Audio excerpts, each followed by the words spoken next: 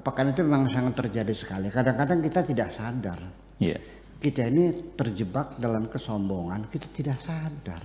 Yeah. Kita mengingkarinya. Saya tegur teman tuh, enggak kok saya nggak sombong, nggak apa. Loh, Anda melakukan semacam itu mengatakan tidak sombong. Yang saya kan ahli menganalisa. Anda ini sombong. Bayangkan, begini. Mengapa kesombongan ini menjadi masalah? Ini Nabi Muhammad kan bilang dalam hadisnya, jangan bermimpi Anda masuk surga apabila di hatimu masih ada kesombongan, sekalipun seberat atom. Kalau atom itu beratnya berapa gram?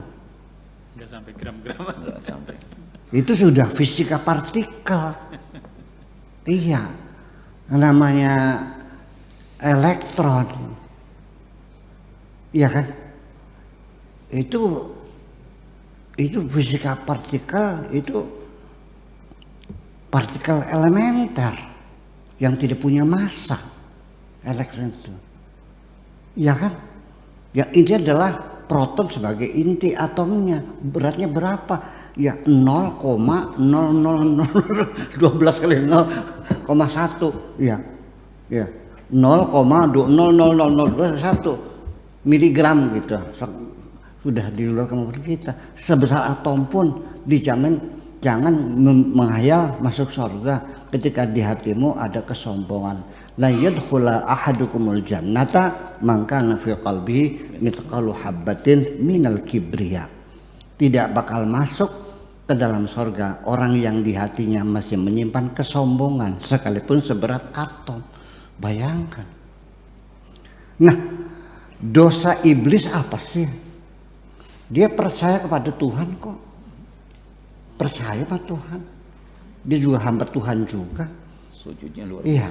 Hanya satu, disuruh bersujud kepada Adam, dia keberatan.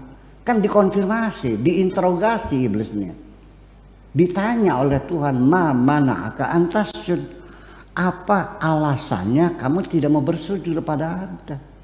Ternyata yang muncul itu jawaban som-som.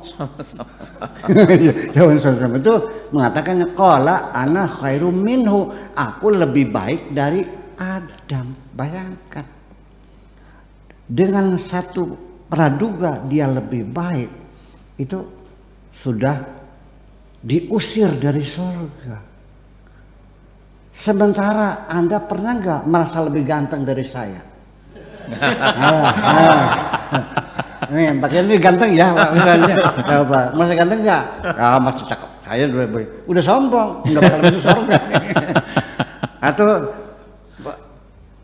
Atau merasa dalam bahasa Indonesia saya lebih hebat kok.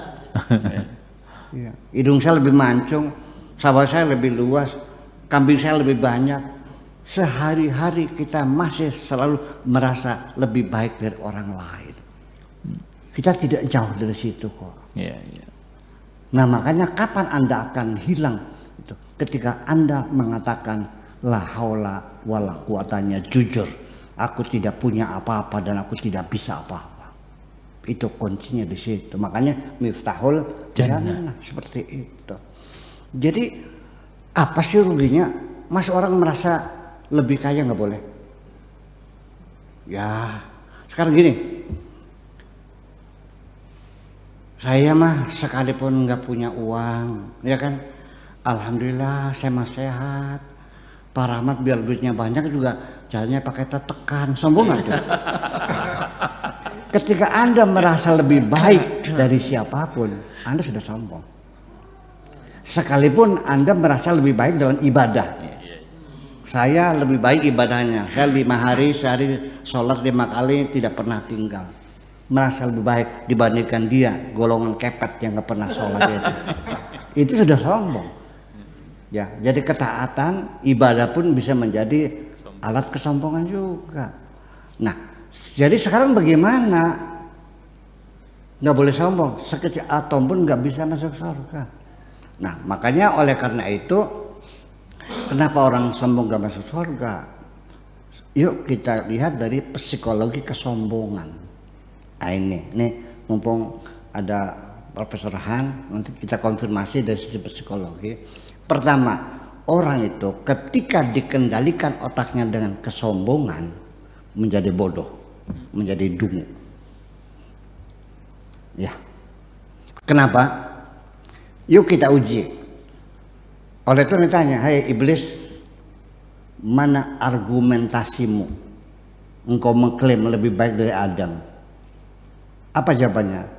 Khalaqtani min narin wa khalaqtahu min tin. Satu. Engkau buat dari api dan Adam engkau buat dari tanah. Berarti iblis mengaku kan? Mengaku Tuhan kan sang pencipta.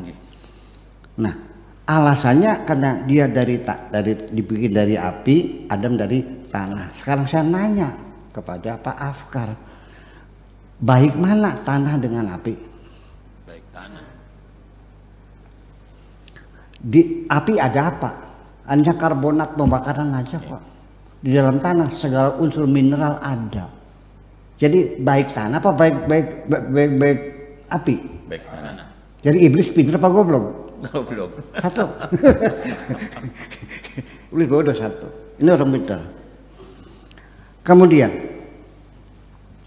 orang sombong itu sulit untuk mengakui kelebihan orang lain. Ini jangan dianggap ringan ya, sombong ini menjadi penghalang masuk surga.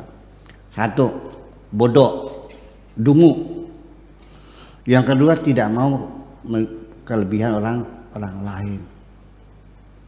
Sudah jelas Adam ini oleh Tuhan dikasih ilmu sabrak-abrak. Wa 'allama Adamal asma'a kullaha. Dikasih ilmu yang luar biasa.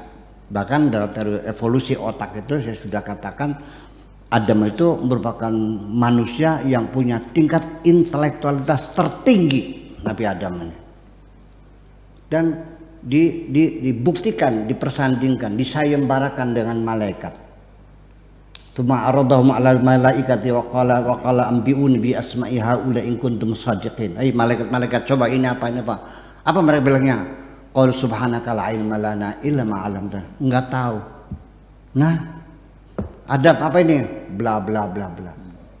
Malaikat kan baik. Oh, kalau begitu Adam lebih pintar dari saya dong. Pantas orang itu maunya hormat karena dia melihat orang itu lebih tinggi dari saya pangkatnya, hormat. Malaikat mengakui kelebihan Adam, tapi iblis tetap tidak mau mengakui. Padahal begitu lebih jelas, lebih pintar, lebih cerdas iblis tetap tidak mau mengakui. Maka orang sombong itu orang yang paling sulit mengakui kelebihan orang lain. Yang ketiga, orang sombong itu selalu merendahkan orang lain. Underbow semuanya tuh, under level paling rendah yang menghinakan dan menyakitkan hati orang lain. Yang berikutnya, orang sombong itu tidak mau menghargai kebaikan orang lain. Yang keenam, orang yang sombong. Yang kelima, orang sombong sulit untuk meminta maaf. Mana ada orang sombong datang minta maaf, nggak bisa. Benar. To be or not to be. Lu mati atau gue mati atau mati bareng, kata saya Shakespeare kan itu. To be or not to be. Iya. Orang sombong tidak mungkin akan mengaku dan sulit mengaku bersalah. Dan sulit untuk minta maaf. Dan yang terakhir, tidak pernah menyesal apapun kesalahannya. Mana buktinya? Ini kitab suci yang Anda yakininya. Iblis, go out, pergi sini. Dipersana non gratakan oleh Tuhan, diusir. Nangis nggak iblis? Enggak. Orang sombong sulit untuk menyesal. Orang sombong tidak ada keinginan untuk memperbaiki diri. Orang sombong di ujungnya memunculkan rasa dendam yang bukan main. Diusir dari sorga, boro-boro nangis, ya Tuhan maafkan. Enggak, sambil tolak pinggang. Aku bilangnya, oke. Oke, nantang. Aku keluar dari surga, tapi 2 persyaratan. Ini kan semua orang tahu cerita ini, tapi tidak pernah dihayati kan? Nggak dihayati kan? Oke, kata Tuhannya, apalagi kau minta? Yang penting keluar. Ada persyaratan saya keluar, menantang. Orang menantang. Ya sudah, sekarang supaya jangan lama-lama kamu nongkrong di sini. Apa mintanya? Qala anzirni ila yaumi yub'atsun. Kata iblis, aku minta umur panjang sampai kiamat. Kata Allah, oke, saya kabulkan. Kamu panjang umur sampai kiamat. Yang penting kamu keluar dari sini. Nggak keluar lagi. Apa lagi? Satu lagi. Qala fa bi izzatika la ughwiyannahum ajma'in. Aku minta izin untuk menggoda seluruh umat manusia. Dendamnya luar biasa. Kata Tuhan, silakan kau goda. Berarti kalau begitu, iblis yang menggoda adalah resmi, legal, punya SIM. SIM-nya apa tuh? Surat izin Menggoda. Oke, makasih gitu. Baik, terima kasih, luar biasa.